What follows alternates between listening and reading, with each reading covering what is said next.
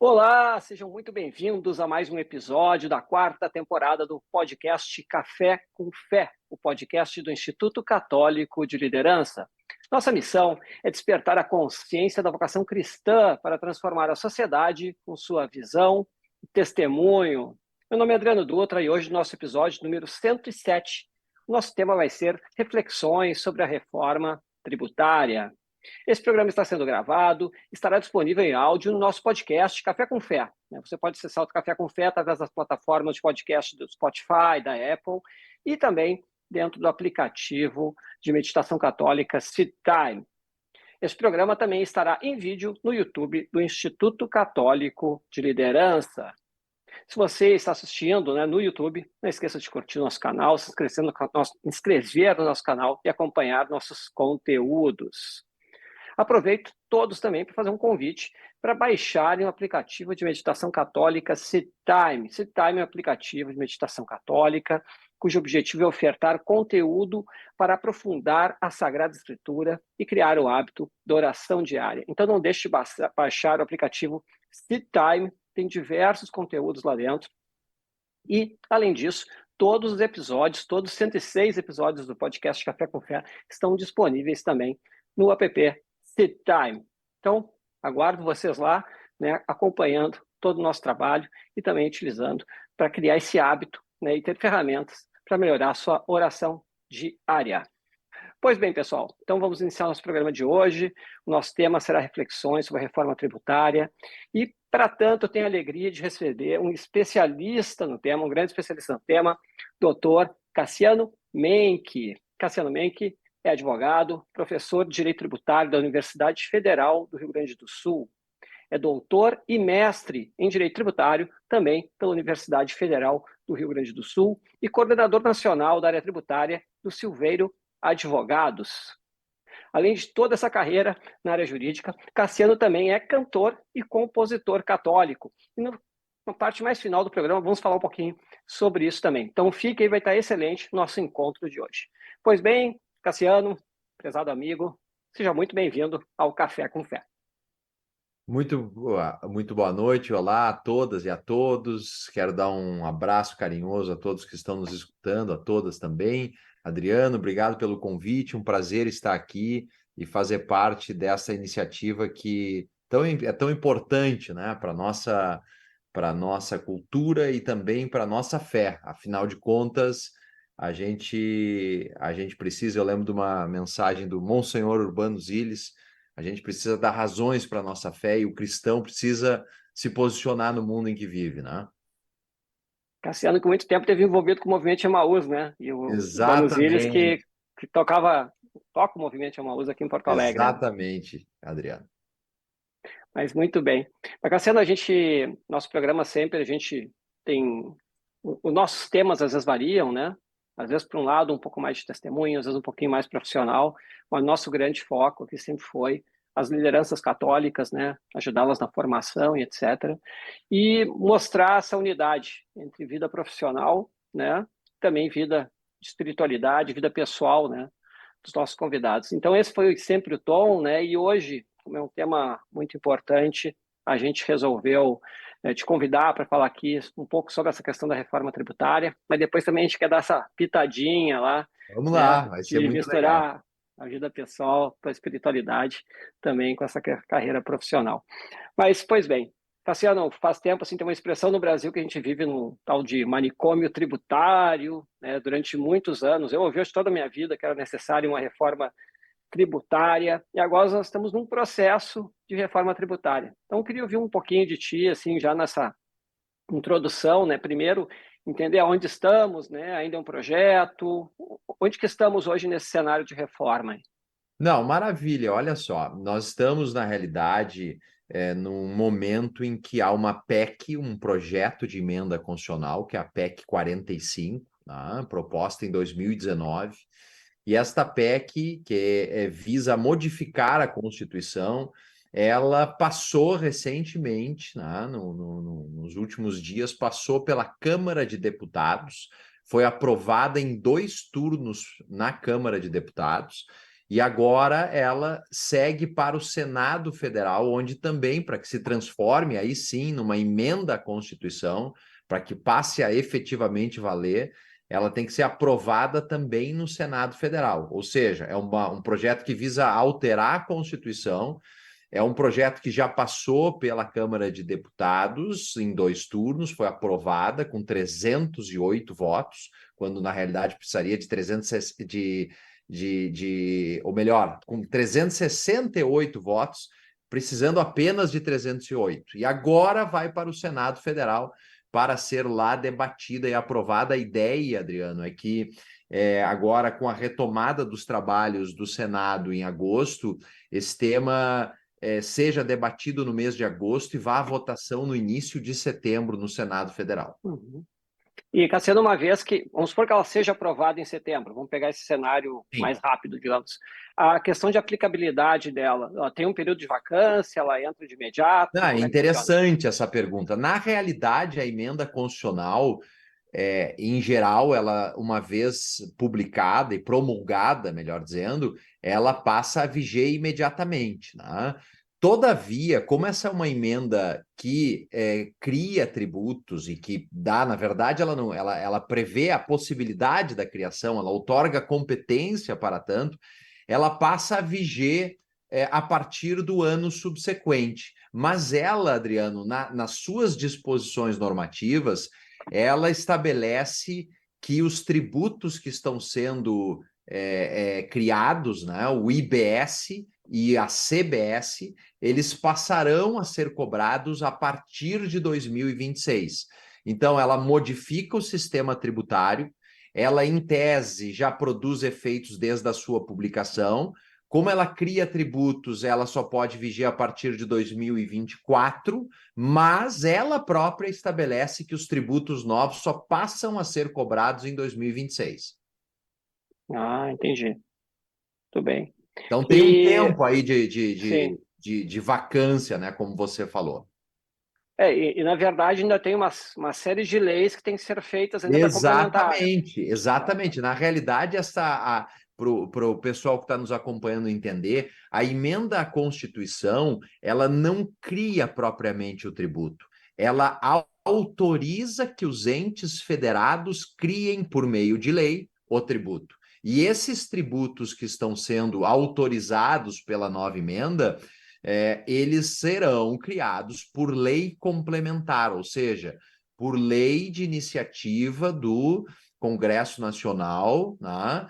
E que aí sim criará o tributo em nível nacional. Ah, entendi. Muito legal.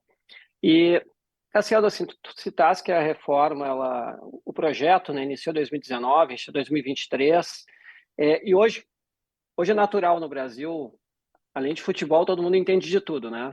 Sim. Então, tirando a questão política, né? Surgiu no outro governo, surgiu nesse, etc. Eu queria deixar isso aqui um pouquinho de lado, justamente para que a gente tenha a formação do que efetivamente está no cerne dela. Resumindo, assim, o que nos traz essa reforma? Assim, o que ela nos deixa de legado, do que pode funcionar se ela seguir da forma que está? Ela, na realidade, Adriano, e o pessoal todo que nos ouve, ela visa mexer pontualmente, ou sobretudo, na tributação do consumo, tá? A tributação do consumo e da produção no Brasil, ela foi estabelecida de forma segregada, incidindo sobre bases materiais diferentes. Por exemplo, à União foi dado o poder de cobrar IPI, que é Imposto sobre Produtos Industrializados. Aos estados foi dado o poder de cobrar imposto sobre a circulação de mercadorias. E aos municípios foi dado o poder de cobrar imposto sobre serviços de qualquer natureza. Essa segregação de bases, Adriano, trouxe uma complexidade para o sistema. Por que trouxe uma complexidade? Primeiro, porque você definir circulação de mercadoria, prestação de serviço e industrialização de produtos é algo que é difícil de estabelecer exatamente as zonas em que algo serviço ou comércio, por exemplo. Veja o caso do streaming. Hoje nós ligamos a televisão e assistimos filme de uma maneira diferente do que fazíamos antigamente. E as novas tecnologias passaram a desafiar essas regras antigas no sentido de saber, por exemplo, streaming é comércio de mercadorias, é prestação de serviço? Qual tributo deve incidir? Comercialização de software é comércio ou é serviço? A locação, entre aspas, aí, de um veículo para fins de locomoção via esses aplicativos todos que nós temos, isso cai no âmbito do serviço ou no âmbito do comércio? Então, a reforma visa a extinguir essa segregação de bases para substituí-las por um imposto que é sobre bens e serviços. Ou seja, não se fala mais em imposto sobre serviço, não se fala mais em imposto sobre comércio ou imposto sobre produção e passa a se falar em imposto sobre bens e serviços como um todo. E este é o lado, eu diria, Adriano, positivo da reforma. Tá? Por que positivo? Porque grande parte das discussões tributárias e do manicômio que você mencionou decorre do fato de nós termos bases materiais segregadas, umas dos estados, dos municípios, outras da União, e aí você ter a cada estado, a cada um dos 26 estados, uma legislação, depois um regulamento. Quanto aos municípios, nós temos 5.576 leis de imposto sobre serviço, e aí realmente passa a ser difícil operar um sistema tributário com essas bases segregadas e com essa multiplicidade de legislação. Entendi. E aí nós teríamos o quê? Um imposto único, dois impostos únicos? O que que a Esse gente é o ponto, tem? exato. Então a reforma ela visa, ela ataca, vamos dizer assim, o problema da tributação do consumo.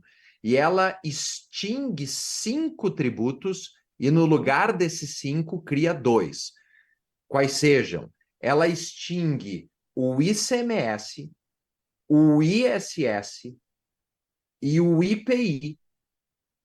No lugar destes, ela cria o IBS, que passa a ser um imposto dos estados e dos municípios, tá?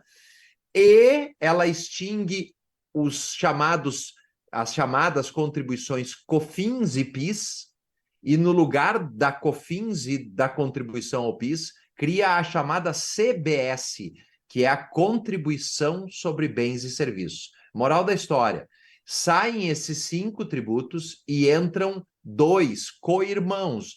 Um estadual, que é o IBS, Imposto sobre Bens e Serviços, e o outro federal, que é a Contribuição sobre Bens e Serviços. Tá? Na realidade, eles são tributos muito semelhantes, para não se dizer iguais, a CBS e o IBS, só que a CBS vai ser de competência federal e o IBS de competência estadual e municipal. Por isso que se diz, Adriano, que essa reforma visa estabelecer o chamado IVA dual. O que é o IVA, para o pessoal entender? IVA é um imposto sobre valor agregado, quer dizer, é uma técnica de tributação muito corrente na Europa, muito corrente nos Estados Unidos, em que você tributa nas cadeias de circulação de mercadorias e serviços o valor que se agrega em cada etapa. Ou seja, para vender um calçado, você teve que fazer o calçado, comprar insumos, esses insumos já foram tributados, de modo que você, por exemplo, gastou 100 para fazer o calçado e você vende por 300. Você vai tributar sobre 200, que é o valor agregado naqueles insumos todos que foram utilizados. Essa, em síntese, é a mecânica que se quer estabelecer. E é importante destacar também que essa reforma ela está preconizando uma mudança no estado e nos municípios da arrecadação. Hoje, Adriano, nós temos um modelo de arrecadação em que se paga o ICMS e ou ISS nos entes federados de origem, ou seja, se você tem um e-commerce situado no Rio Grande do Sul e vende uma mercadoria para São Paulo, é o estado do Rio Grande do Sul que fica com a grande parte da arrecadação. Por outro lado, no serviço, se você tem uma instituição financeira sediada em São Paulo, no município de Barueri, mas você tem um consumidor que toma crédito dessa instituição lá no município de Caxias do Sul, interior do Rio Grande do Sul, você terá o ISS recolhido para São Paulo e não para o município. Hoje é assim, a reforma muda esse racional para que o tributo seja pago no destino e não na origem, como, aliás, é o que acontece na maior parte dos países europeus e nos Estados Unidos, onde você tem esse IVA. Então, em suma, é um IVA dual, Adriano. São dois tributos que visam a incidir sobre o valor agregado e visam a mudar essa matriz tributária do consumo e da produção. E mudando essa matriz, tem uma tendência de acabar com a guerra fiscal, então, de estados ou não? Olha, na realidade, isso é uma questão assim, é um dogma, né? A guerra fiscal, que é essa disputa que os estados fizeram por longos anos para atrair investimentos, atrair empresas para a sua circunscrição territorial, essa guerra fiscal, a meu juízo, ela já acabou em 2017, Adriano. Por que que acabou em 2017? Porque até 2017 os estados efetivamente guerreavam para atrair os investimentos, já que a tributação é na origem, tá? Mas eles faziam isso dando benefícios sem que houvesse qualquer punição para os estados que faziam isso. De 2017 para diante, o legislador brasileiro editou uma lei complementar que, por assim dizer, saneou esse problema. Estabeleceu uma metodologia que validou os benefícios antigos e que disciplinou os novos. De modo que eu diria para você que hoje nós não temos mais esse fenômeno, a meu juízo, de guerra fiscal. O que nós temos, sim, é talvez uma injustiça tributária, no sentido de que os municípios onde está a capacidade do contribuinte, né, econômica, de consumo, eles acabam não levando a arrecadação. Leva o município do estabelecimento do prestador de serviço, do vendedor da mercadoria. Então, é uma questão mais, na minha visão hoje, de injustiça do que propriamente de guerra fiscal, esta já resolvida em 2017. Ah, perfeito, perfeito. E, Cassiano, outra coisa que eu ouvi falar, não me aprofundei, é claro, seria também de uma mudança de equilíbrio entre União, estados e municípios, Sim. né? Que o Na município verdade, poderia ter algum prejuízo, algo nesse sentido. interessante a pergunta. Na verdade, eu queria abordar aqui dois pontos rapidamente, Adriano. O primeiro é o seguinte: o primeiro ponto. Essa reforma, ao mexer na matriz do consumo e da produção, ela está redistribuindo a carga tributária para os cidadãos. Por quê? Porque a moral da história é a seguinte: o poder público, seja federal, municipal e estadual, ele depende dos recursos para efetivamente colocar em marcha os serviços e manter o patrimônio que está aí a serviço da sociedade. Então, ele precisa do dinheiro. O dinheiro vai ter que sair de algum lugar.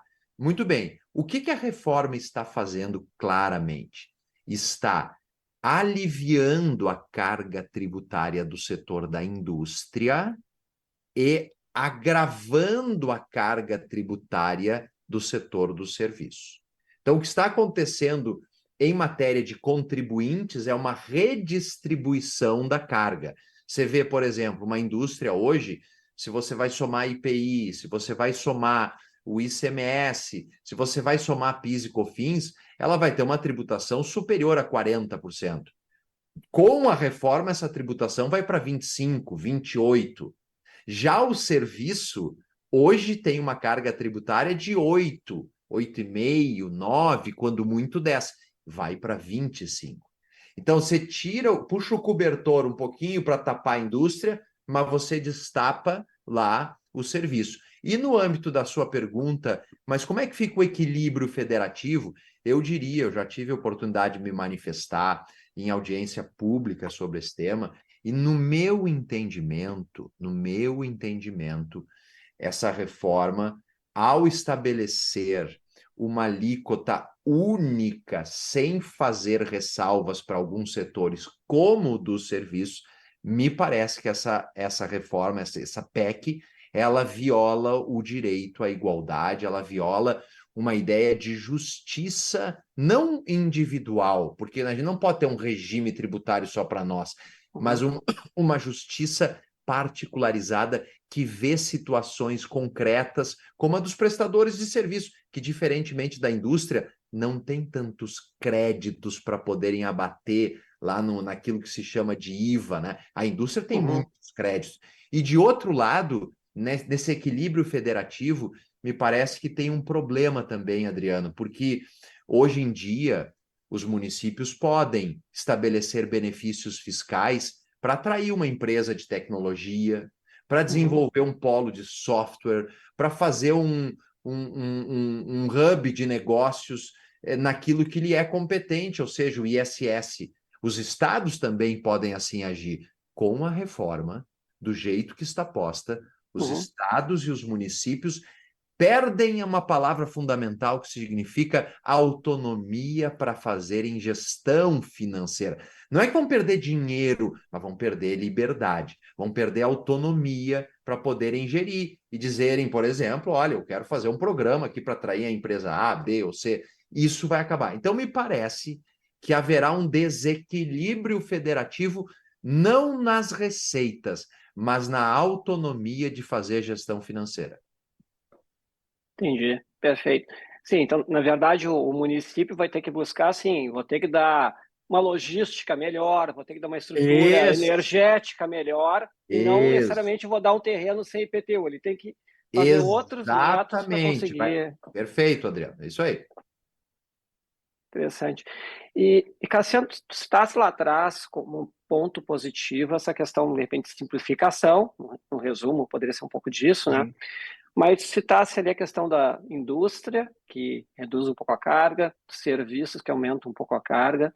E nessa questão assim de pontos positivos, negativos, se a gente fosse fazer um balanço, tá? E considerando também assim que a gente tem, assim, talvez quatro grandes pilares, que seja a indústria, seja mais a parte do agro ali, né, comércio e o serviço, no patamar desses quatro pilares, entre positivo, negativo, como é que a gente estaria hoje com esse modelo Não, que está sendo tratado eu, aí? eu diria o seguinte: sendo aprovada a reforma como está, vamos imaginar que ela seja aprovada assim como está, alguns setores terão benefício. A PEC prevê redução de alíquota e regimes diferenciados para serviços de saúde, serviços de transporte, para serviços de educação, para bens da cesta básica, para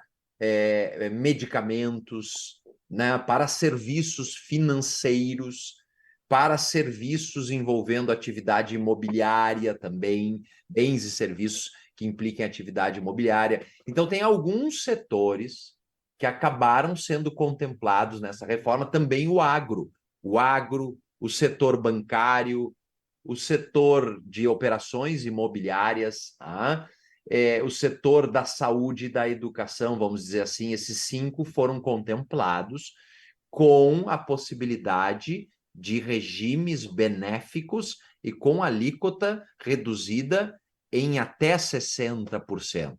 Tá? Então, nós tivemos aí esse cenário de possibilidades de redução. Agora, essa reforma ela acaba prejudicando, Adriano, e o pessoal todo que nos acompanha, ela acaba prejudicando muitos prestadores de serviço, inclusive pessoas físicas. Tá? Se você vai pensar, vamos pensar aqui, falando em justiça tributária, em redistribuição da riqueza, etc., vai se agravar a tributação de profissionais como, por exemplo, um cabeleireiro, como profissionais como, por exemplo, um motorista, como profissionais, por exemplo, quem tem uma empresa de prestação de serviço de transporte, né? Transporte desses privados. Né? Então, o serviço acaba tendo um agravamento. E aí se diz assim, olha, os economistas estão dizendo assim, não, mas não tem um agravamento na realidade, né? Não tem um agravamento porque, na realidade, se você colocar essa tributação sobre o preço do serviço, quem vai pagar é o seu cliente, né? E o cliente vai tomar este valor como crédito se ele for uma indústria, se ele for um comércio. Só que esse argumento tem dois problemas. Primeiro problema, nem todos que tomam serviço de advocacia, serviço de cabeleireiro, serviço de motor, são indústrias, são um comércio, são pessoas jurídicas. Esse é o primeiro ponto. Segundo ponto, o mercado, eu receio que não tenha capacidade para absorver tudo. O mercado não absorve tudo. Quer dizer, uma parte desse aumento vai ter que ser suportada pelo prestador de serviço, vai reduzir o seu lucro, vai reduzir talvez a sua margem. E aí nós temos também que analisar, como disse antes, uma dificuldade, um problema. Quer uma mensagem? Aí meu aplicativo aqui, a Siri, falou. Mas, enfim, nós temos que analisar um problema que é do prestador de serviço, que é diferente a realidade de uma indústria, de um comércio, de uma prestação de serviço, porque a prestação de serviço é muito pessoal, Adriano. Então, você não tem tantos objetos, tantos insumos, tantos instrumentos para realizar um serviço. Então, quase tudo que você recebe se confunde com a própria remuneração do prestador, né? Então, vai se aumentar bastante. Então, eu vejo esses pontos aí, positivos e negativos. Então aqui que a gente está dizendo sim, aquele prestador de serviço que está no Simples, ou até o MEI, né, que é né, que vai pegar, ele pode realmente ter o Simples e o maior, MEI né? são mantidos, tá? No novo sistema, na reforma, se manteve o benefício do Simples e se mantém também a figura do MEI. Mas nós temos muitos prestadores de serviços que não estão enquadrados, até não se enquadram no Simples, e que pela sua própria atividade nem podem estar no Simples. Perfeito. E, Cassiano, tu falaste de alíquota, tá? A alíquota em si não é objeto da PEC agora, né? E aí o pessoal começa a divagar a especulação, né? Hoje, acho que foi hoje que eu li, com base no IPEA, a tributação podia ser de 28%, Sim. que as alíquotas mais altas já são em torno de 25%. Aí eu li, se não me engano, no Estadão, hoje, comparando com os Estados Unidos, né, onde o IVA lá, às vezes é por estado, né, porque lá é outra sistemática, mas que daqui a pouco tem locais lá que é 9%, 8%, né? Qual é a expectativa? Quer dizer, expectativa eu não vou dizer, mas qual é a tua visão sobre isso, assim? Porque parece que eles estão tratando da forma, mas não ainda não de uma política de baixar o tributo, né? Mas sim só de reorganizar, né? Essa é uma crítica que eu faria, Adriano, aqui ao processo legislativo, tá? Por que a crítica ao processo legislativo?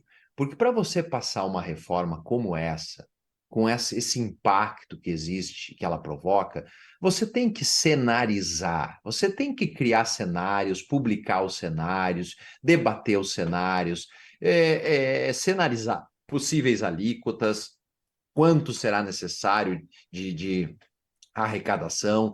Isso deveria ser objeto de debate, não só na comissão que está fazendo a análise da reforma, mas teria que ser divulgado. E outra questão, Adriano, me parece aqui que o projeto de emenda à Constituição deveria ser acompanhado, ainda que sejam momentos diferentes, mas de uma minuta, pelo menos, da lei complementar. A lei complementar é a que vai, afinal de contas, prever a alíquota, é a que vai dar vida a esses tributos novos. Então, trabalhar apenas com uma PEC, que é uma promessa, vamos dizer assim. Se você ler a PEC, você vai ver que a conjugação dos verbos é toda no futuro. Será, poderá, tem muito poderá, poderá estabelecer, será, tende. Quer dizer, essa é uma crítica que eu faria aí ao projeto, porque ele não vem acompanhado de um debate, uma sinalização mais concreta. Mas sobre a questão da alíquota que você perguntou, eu diria o seguinte: o que se estimava era de 25%, tá? O cálculo, porque, de novo, o raciocínio é simples. Tem uma despesa que tem que ser paga nacionalmente, estados, municípios e União, e precisamos de um valor X de dinheiro. Bom, para esse valor X ser arrecadado, se estimava 25%. Só que como a PEC passou com exceções, como eu mencionei há pouco, serviço de transporte, serviço de tecnologia, serviço A, B, C e D, quando você cria a exceção, você reduz a arrecadação desses setores, Compensar. você tem que compensar. Então, você aumenta a alíquota dos demais. Então, é por isso que o IPEA divulgou recentemente, né? Hoje também vi essa matéria, no sentido de que a alíquota teria que ser em torno de 28%. O fato é que nós não sabemos, mas eu já me anteciparia para dizer o seguinte: eu não sei se nós temos capacidade econômica para absorver uma alíquota de 28%.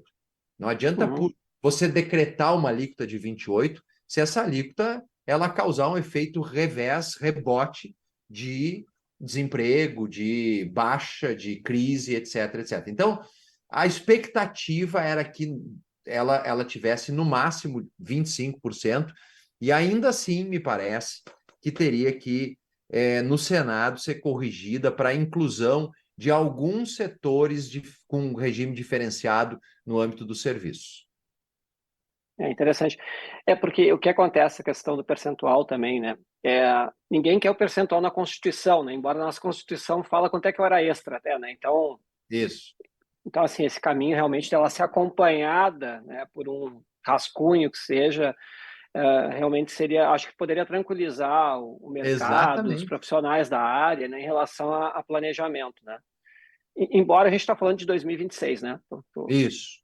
Tudo Né? isso que nós Então, estamos falando, tudo isso é para 2026. legal. Mas vamos lá, só fazer lembrar para você aqui que está assistindo, né? Ou assistindo no YouTube, né? Ou ouvindo, esse é o podcast Café com Fé. Aí você tem acesso a ele pelos aplicativos do Spotify, da Apple, né, de podcasts e também no aplicativo de meditação católica Sit-Time. Né? Quando você segue no Spotify, a plataforma dá mais destaque para o nosso canal, né? Então, peço para vocês que assinem o nosso podcast. Mas voltando, Cassiano, a gente falou aqui muito, tu assessora várias empresas, né? E durante longo tempo. E tem um tema, uma palavra que sempre se usou muito, acho que continua se usando, que é uma questão de planejamento tributário, né? Isso ao longo do tempo, né? Se esse cenário atual se confirmasse, me parece que continua extremamente válido, talvez mais imprescindível ainda o planejamento para se adequar a essa nova realidade, mas também talvez alguma migração, né? O setor de serviços daqui a pouco, que não se importava muito com isso, né? As teses, né? Talvez fossem mais discutidas na indústria, não sei, posso estar errado, né? De repente vai ter Sim. uma migração também para esse setor. Que É, fecharam hoje, passaram a alíquota de 25 hoje, fechou tudo lá. O que as empresas teriam que fazer daqui até 26? O que seria importante? eu acho que o que teria que ser feito, e aí tem um ponto que você destaca relevante, quer dizer, embora esses novos tributos só comecem a valer, ser aprovada a proposta em 2026, nós vamos ter, Adriano, durante esse período de 26, começa em 26 e vai até 2032, nós vamos ter uma coexistência de dois regimes tributários. Essa regra de transição vai manter boa parte desses tributos e ainda vai introduzir os novos. Então, vai ser um manicômio tributário nessa transição. Isso eu vou assegurar para todos que estão nos ouvindo. Se o pessoal já acha complexo agora, imaginem com o que está agora e mais esses dois tributos, o IBS e a CBS. Bom, no que se refere a planejamento tributário, vai exigir dos contribuintes uma atenção muito, muito relevante para a não cumulatividade. Esse vai ser o ponto fundamental. Quer dizer, verificar efetivamente aquilo que dá direito de crédito, para que haja a tributação efetiva do valor agregado e não se tribute aquilo que é valor já tributado, porque, em outras palavras, o IVA quer evitar, Adriano, a tributação em cascata, né? Você tribute a mesma grandeza econômica mais de uma vez. Isso é o que se quer evitar. Então, vai exigir planejamento tributário, vai exigir, na verdade, um acompanhamento, eu diria, tributário, né? Um acompanhamento na minúcia, nesses regimes de transição, porque nós vamos estar falando de créditos de ICMS, aí quando for extinto o ICMS, você vai poder pegar esses créditos ICMS e usar no IBS. Vai ser complexo esse período de transição, mas vai exigir um olhar muito atento. E claro, a gente não falou ainda aqui, mas eu dando um spoiler, nós estamos falando do IBS e CBS, mas nessa reforma que está aí em tramitação, um dos artigos é um prenúncio da reforma do imposto de renda que tende a vir no segundo semestre agora desse ano. Né? Sim. E falando nisso, assim, aqui a gente estava, vamos pegar, eu tenho uma empresa, eu presto serviço, já estava montando todo esse cenário que tu vai me falando, mas aí a gente começa a cair nos dirigentes da empresa, né, e depois também em todas as pessoas físicas. O que que se, Cassiano, assim, o que está se discutindo sobre essa reforma do IR e um outro tema, até que tu até me levantasse a atenção antes também, a questão para a gente taxar dividendos, caindo agora para a pessoa física um pouco, né? Qual é o cenário que está pelo menos, se vislumbrando hoje? É interessante. A pessoa física, com a reforma que já está no Congresso, ela tende a ser afetada também, Adriano, num ponto que eu ainda não mencionei, mas que é, por exemplo, no IPVA. O IPVA na reforma tende a mudar para tributar aeronaves, embarcações, Uhum, que hoje não são tributados, então uma sim. lancha, jet ski, quem tem, sei lá, helicópteros e aviões e tudo mais, então passa a ter que pagar IPVA a partir dessa reforma. Segundo ponto importante também, que atinge a pessoa física. Muda o ITCMD, que é o Imposto sobre a Transmissão de Bens Causa-Mortes, aquele que é pago nos Uhum, inventários, e por doação. Então, no falecimento de alguém, quando se transmite os bens para os herdeiros, incide o ITCMD. Na doação de bens móveis ou imóveis, incide o ITCMD. E o que assim, em síntese, muda? Primeiro, as alíquotas que até a reforma podem ser progressivas, elas deverão ser progressivas. Hoje, uhum, no Rio Grande do Sul, nós temos a alíquota máxima de 6 para o inventário e a alíquota máxima de 4 para a doação. Essas alíquotas tendem a subir para 8%. Então, se passar essa reforma, aprovada em 2023, para 2024, a tendência é que os estados se mobilizem para já cobrar uma alíquota mais elevada. Isso é um grande impacto para a pessoa física. Esse é o primeiro uhum, ponto. Segundo, é o segundo ponto. O terceiro ponto é que essa reforma ela prevê que haja a reforma do imposto de renda, e aí você tocou nos dividendos. Hoje, desde 96 até hoje, nós temos a isenção do imposto de renda sobre distribuição de lucros e dividendos. Quer dizer, se uma pessoa física é sócia de uma empresa, ou se até mesmo uma própria pessoa jurídica é sócia de outra empresa, os dividendos recebidos pela pessoa física e por esta jurídica sócia são isentos de imposto de renda. Essa isenção tende a ser revogada e a tributação ser reestabelecida a partir de 2024. Essa é a ideia para o segundo semestre deste ano. Tá? A tendência, se nós formos pegar o projeto de lei que até já existe no Congresso e que está dormindo, vamos dizer assim, ele é um projeto de lei de 2021, que é o 2337. Esse projeto prevê uma tributação de 15% na distribuição de dividendos. Isso afeta muito a pessoa física. E aí se uhum. pergunta assim, a pessoa física que está nos escutando aqui, tá, mas se essa reforma do imposto de renda passar em 2023, podem tributar o lucro que eu vier a distribuir em 2024? Eu respondo: se você tem lucro acumulado em 23 e distribuirá em 2024, se houver essa nova lei, a tendência é que a Receita cobre o imposto, porque ela vai sustentar que o fato gerador é a distribuição do lucro e não a geração do lucro. Eu, todavia, discordo do posicionamento da Receita, Adriano, e entendo, escrevi até um livro na minha tese de doutorado sobre esse tema, que é o da irretroatividade. Eu entendo assim: se mudar a lei do imposto de renda para tributar dividendos, só pode tributar a distribuição dos dividendos que vão nascer, melhor Sim. dizendo, a partir de 24, não os dividendos nascidos em 23 ou de anos anteriores. Então, aqui para o setor de serviço agora veio a segunda má notícia, porque Não, é uma má notícia. A gente já tinha a primeira ali de uma maior carga e agora se combinar com Não, muito do se serviço é isso. combinar 25% do valor de uma nota fiscal, mais a tributação dos dividendos, e aí vem a questão que me parece uma injustiça aqui quanto ao setor do serviço. Por que uma injustiça? Porque o setor do serviço, sabidamente, uma sociedade, por exemplo, prestadora de serviço, ela tem nas pessoas o seu grande insumo. Então, o lucro meio que se confunde com a remuneração, entende? De modo que Sim. você tributar lá na nota 25 e depois tributar mais 15, e ainda tem o imposto de renda da pessoa jurídica.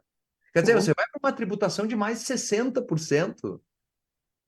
Então, me parece aqui que vai ter que ser feito algum ajuste para não penalizar e para não criar uma tributação odiosamente desigual para o setor do serviço. Perfeito, perfeito.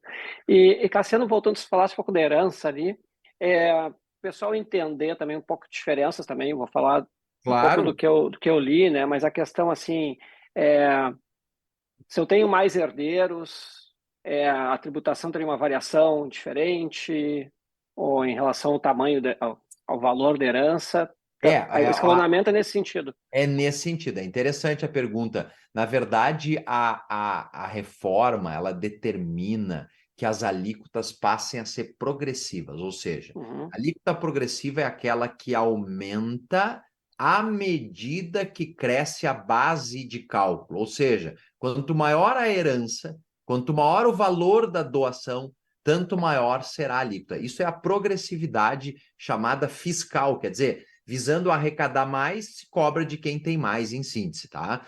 Então, o que vai acontecer é uma alíquota progressiva, vai levar em conta o valor da herança e o valor dos bens doados. E também tem uma disposiçãozinha que está sendo acrescentada, eu não mencionei antes, no imposto de doação e de inventários, que é para fechar, vamos dizer assim, uma lacuna.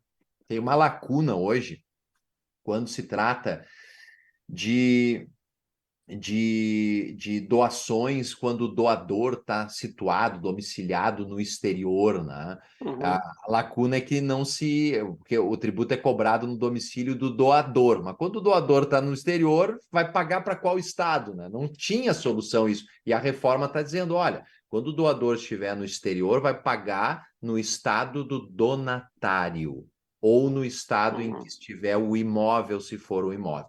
Então, assim, a reforma também está fechando a porta, Adriano, para algumas iniciativas que alguns contribuintes fizeram. Por exemplo, no caso de sucessões hereditárias, houve um falecimento, vamos imaginar, de uma pessoa que residia em Porto Alegre, Rio Grande do Sul.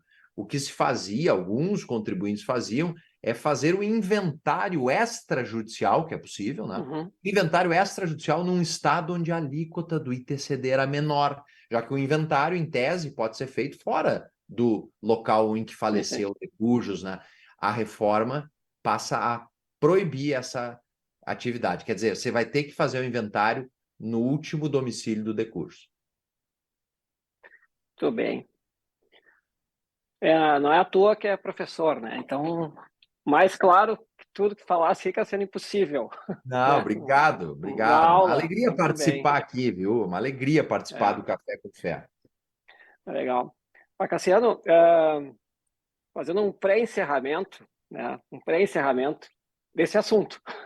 Sim. né? Não sei se tem alguma ponderação, algum ponto que você quer falar, porque eu não posso deixar, eu estou cuidando do horário aqui, eu não posso deixar de falar contigo teu outro grande talento, que é a questão musical, etc. Ah, Tem legal. algum ponto que tu queria colocar ainda antes sobre Não, esse o tema único mais ponto que eu técnico e depois queria, a que eu gente queria virar a página? colocar, Adriano, a única assim, sugestão que eu queria dar a todas e todos, eu digo isso nas minhas turmas, eu leciono tanto para o direito quanto para a administração, para a contabilidade, economia.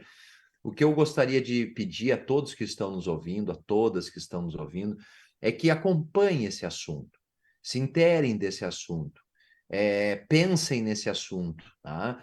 Façam cenários dentro das suas realidades, dos seus negócios, acompanhem criticamente, leiam, vejam as notícias, se engajem em setores, em instituições que estão fazendo movimentos junto ao Congresso Nacional. Lembrando que essa reforma vai ser votada agora no Senado no mês de agosto, Uhum. setembro. Então é tempo ainda de nós participarmos como cidadãos. Afinal, eu não tenho nenhuma dúvida de que se Jesus estivesse aqui debatendo a reforma tributária, ele pediria para os cristãos e para os católicos: participem criticamente, digam aquilo que vocês acham que é correto, apontem as incoerências que estão postas na legislação, embora Jesus dizia, né, dai a César o que é de César. César e a Deus o que é de Deus. O cristão no mundo de hoje, ele precisa, sim, pela sua ciência, pela sua experiência, também intervir naquilo que, afinal de contas, vai afetar a sociedade. Então, eu daria essa recomendação que eu acho que é muito válida para todas e todos, Adriano.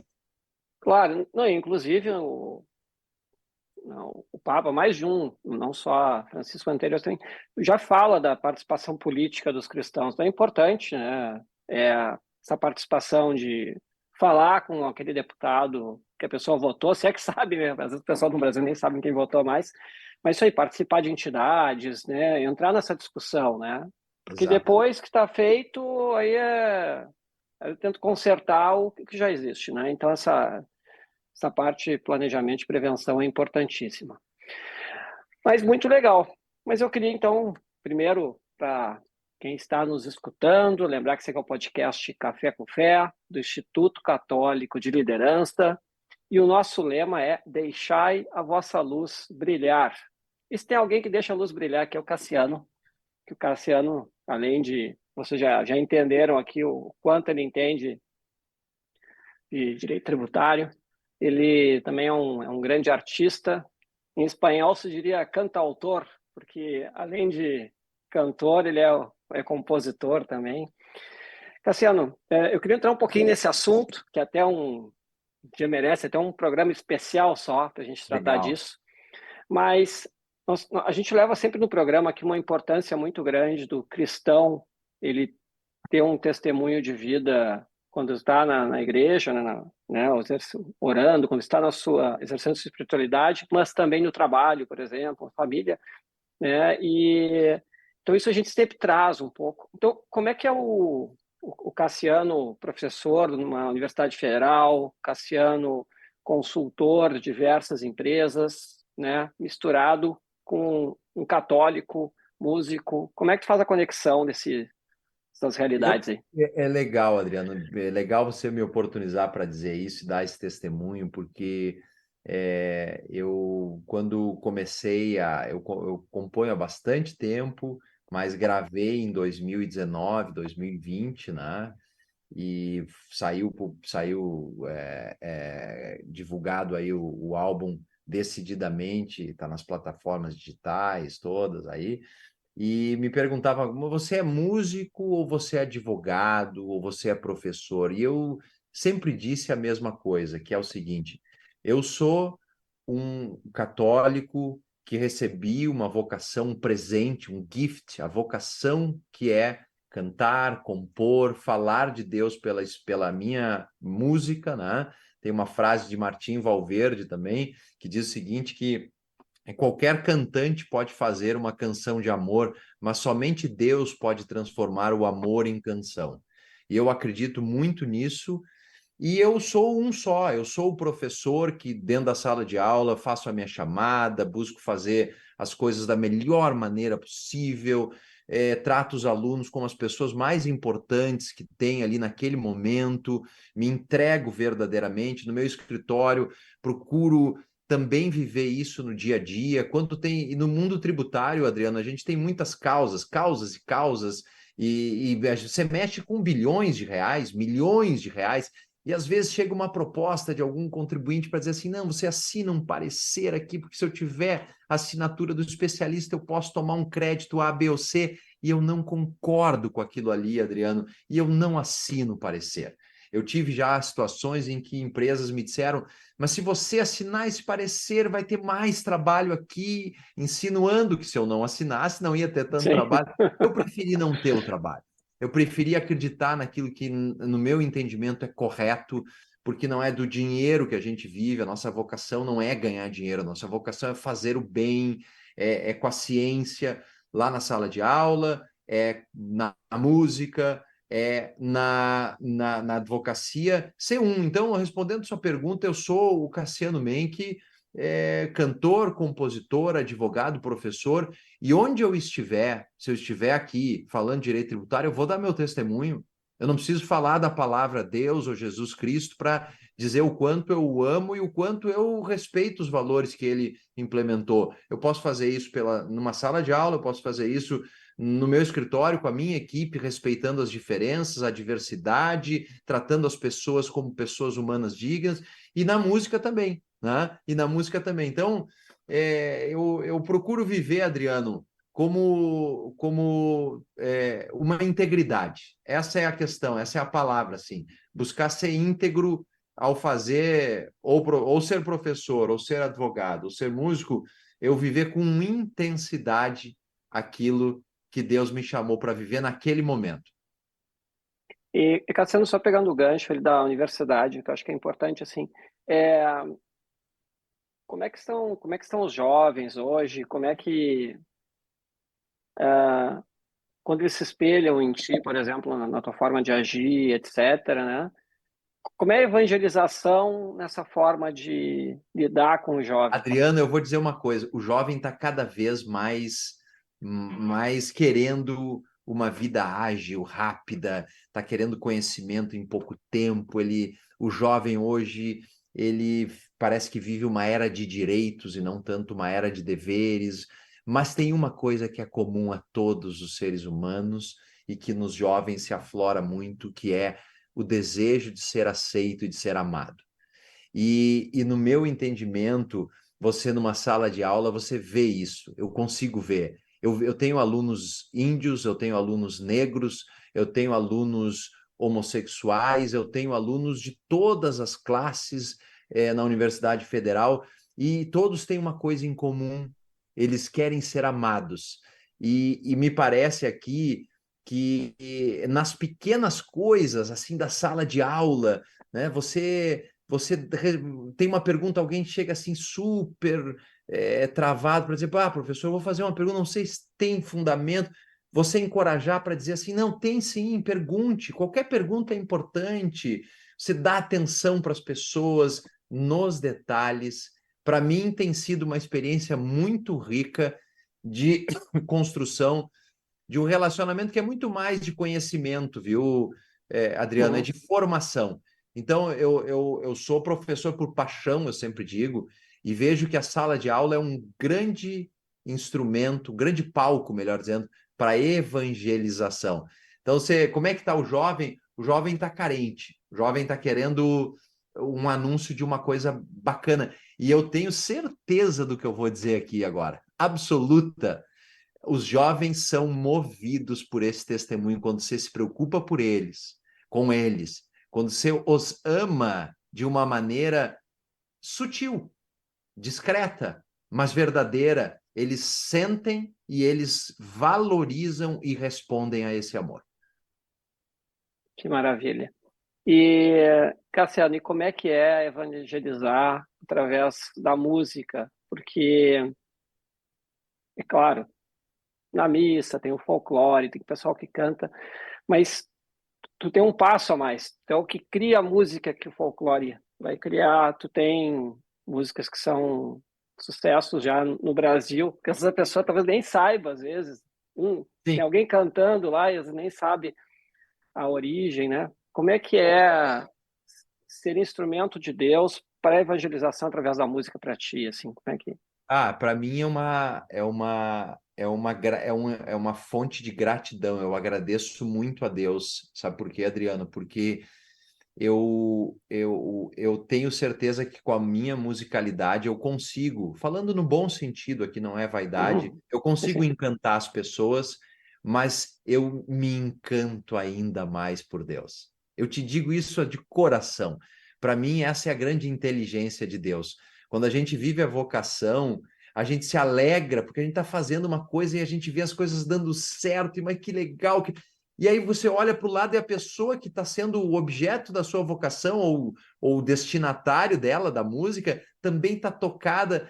Então, primeiro é muita gratidão, porque eu me transformo muito, e eu sempre gosto de dizer, a composição, para mim, ela começa primeiro pela melodia das músicas, e me inspira muito assim determinadas situações, determinadas cenas, né? Jesus perdoando as pessoas, Jesus não deixando ninguém para trás, isso me inspira muito. E as minhas músicas também têm muito assim algo da força de Deus, da determinação, de decididamente, de ir com passos firmes.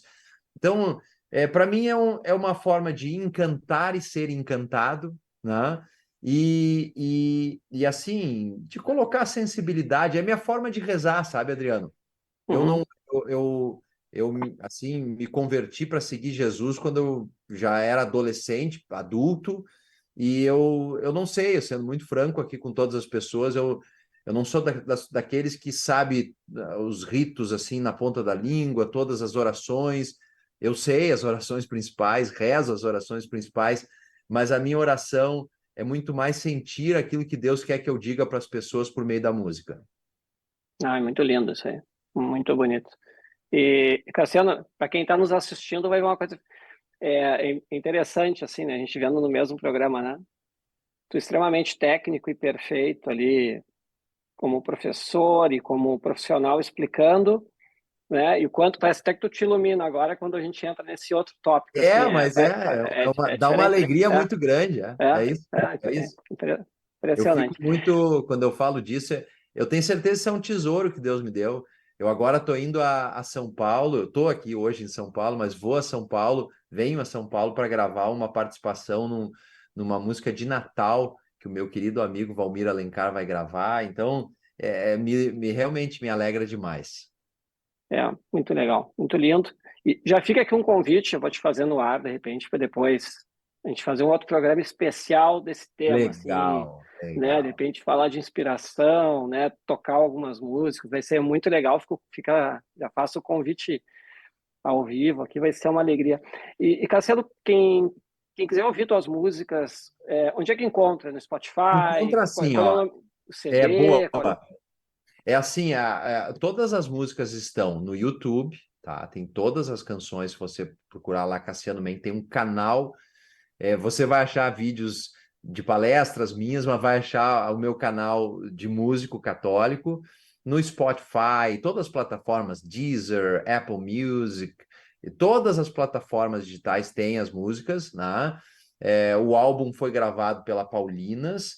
No meu Instagram eu tenho o @Cassiano Menck, é o Instagram do músico católico, né? Eu tenho um Instagram para os trabalhos jurídicos da advocacia, que é o @Menck Cassiano. E aí o pessoal pode perguntar, mas por que você dividiu os dois? Porque às vezes tem sim uma segregação de interesses. O testemunho é o mesmo, ou seja, de fazer, Uhum. buscar fazer e viver a minha fé nos âmbitos em que eu atuo. Mas a segregação por interesses das pessoas talvez ajude até eu me comunicar melhor com o público que tem interesse por um ou outro conteúdo. Sim, muito legal. Então, em todas essas plataformas. E o nome do CD, qual é que é, Cassiano? O nome é Decididamente. E só para dar um spoiler aqui, Adriano, eu estou compondo músicas aí acabei de fazer uma música, assim, na minha opinião, muito linda, né? Compus uma música nova. Eu tô com umas 8 músicas já prontas para ver se a gente vem com um novo álbum aí, primeiro um EP. Estamos estudando aí, mas tem músicas novas vindo, com a graça de Deus, e essa é a missão aí que vai em marcha sem parar. Maravilha. Então, vamos tratar bastante disso. Vamos combinar uma data aí, vou ficar no Vamos. teu pé para a gente conseguir uma data e montar essa outra etapa. Pois bem, pessoal, a gente está chegando no final, né? Eu já vou passar a palavra para o Cassiano também para alguma mensagem final que ele queira deixar. Então, quero lembrar que a gente está no podcast Café com Fé, o podcast do Instituto Católico de Liderança. Não deixe de nos acompanhar, seja no YouTube do Instituto Católico de Liderança, a gente tem o vídeo também do podcast, né? Mas também na plataforma de meditação, no aplicativo de meditação católica CityTime. Todas as entrevistas estão lá. Essa é de número 107, já na nossa 4ª temporada, ou dentro do podcast Café com Fé mesmo, assinando. Aí encontra no Spotify, na Apple, em outras plataformas. Então fica esse grande convite. Cassiano, eu queria primeiro te agradecer imensamente, foi uma alegria muito grande a tua presença. Eu queria deixar um tempinho aí, alguma conclusão, alguma mensagem que tu queira deixar, e já como um gancho assim para o pessoal conhecer teu trabalho artístico, né? E esse presente que tu ganhaste de Deus, né? Nós vamos já deixo o anúncio aqui, nós vamos acabar o programa com a música Deus se Importa, de autoria aqui do nosso convidado Cassiano Menck. Mas, Cassiano, deixo contigo agora alguns tempinhos aí para fazer um encerramento, né? Depois eu me despeço e aí vamos acabar ouvindo a tua música aqui. Gente, eu quero agradecer, Adriano, a você, a essa iniciativa do Café com Fé, que eu acompanho, muito bacana. Eu quero agradecer a todas e todas que estão nos acompanhando, que vão ouvir este podcast, assistir o vídeo, e dizer, em suma, 2 coisas. A primeira é que, seja onde você estiver, seja na profissão, seja em roda de amigos, na família, seja na missa, e que a gente seja inspirado pelo Espírito Santo para fazer o melhor que a gente puder.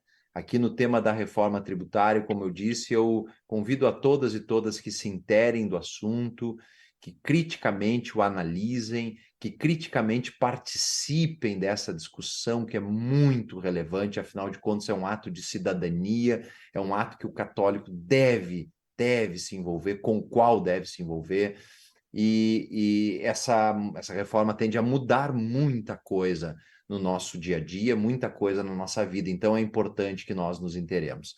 E com relação à música, eu quero dizer que essa música que vai rodar daqui a pouco foi a primeira composição que Deus inspirou na minha vida. Primeira, Deus se Importa é uma canção que, em última análise, quer dizer o seguinte, que se você está caminhando até achando que Deus o esqueceu, ou que ele não está olhando para a realidade que você vive, para as dificuldades que você passa, ou para a alegria que você tem, ou seja o que for, ele se importa. Ele se importa, ele olha, ele conhece todos os detalhes, tudo, dificuldades que você tem para seguir, e ele está, sim, caminhando ao seu lado. Adriano, um beijo aí para todas e todos, um abraço forte para você. Foi uma alegria estar aqui nesta oportunidade do Café com Fé. Então, eu que agradeço, né? Meu nome aqui, em nome do Instituto, em nome do nosso diretor, Padre Rodrigo Hurtado, né? E de toda a equipe técnica aqui, que a divulgação, marketing, todo mundo está envolvido, né? Então, um agradecimento de todos nós, e aqui que está conosco, me acompanhando aqui no ponto, né? O Julian, que é o nosso produtor, né? Que nos auxiliou aqui. Ficou um agradecimento para todos, e tenho certeza que toda essa turma aqui adorou essa entrevista, esse encontro. Então, amigo, muito obrigado. Foi uma honra mesmo, uma alegria a tua presença. E você que está nos ouvindo, até a próxima. Fiquem com Deus, mas agora nós vamos ficar com Deus se Importa, uma música de autoria do nosso convidado, Cassiano Menck. Até a próxima.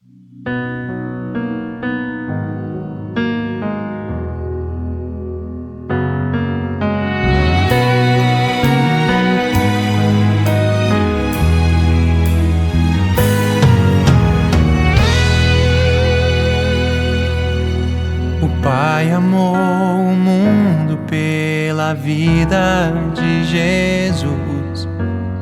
Todos os limites transpassou naquela cruz.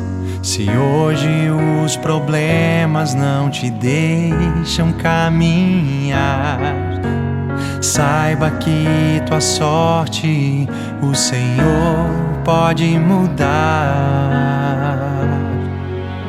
Sei que não é fácil, mas a tempestade é nada perto do amor que Ele tem por ti. Ele te conhece bem, na intimidade sabe que tu tens dificuldades pra seguir. Mas Deus se importa e te ama assim.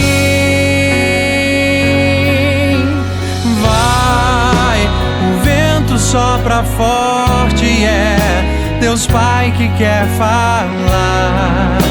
As coisas já mudaram, vê, contigo Deus está. Te envolve em seus braços, Ele alivia a tua dor. Entrega a tua vida e espera no Senhor. Confia. Vai, derrama tuas lágrimas, mas deixa Deus te amar. Insiste em teu caminho, crer, sozinho não estás. Em todas tuas quedas Ele irá te levantar. E a cruz que hoje pesa, amanhã te salvará.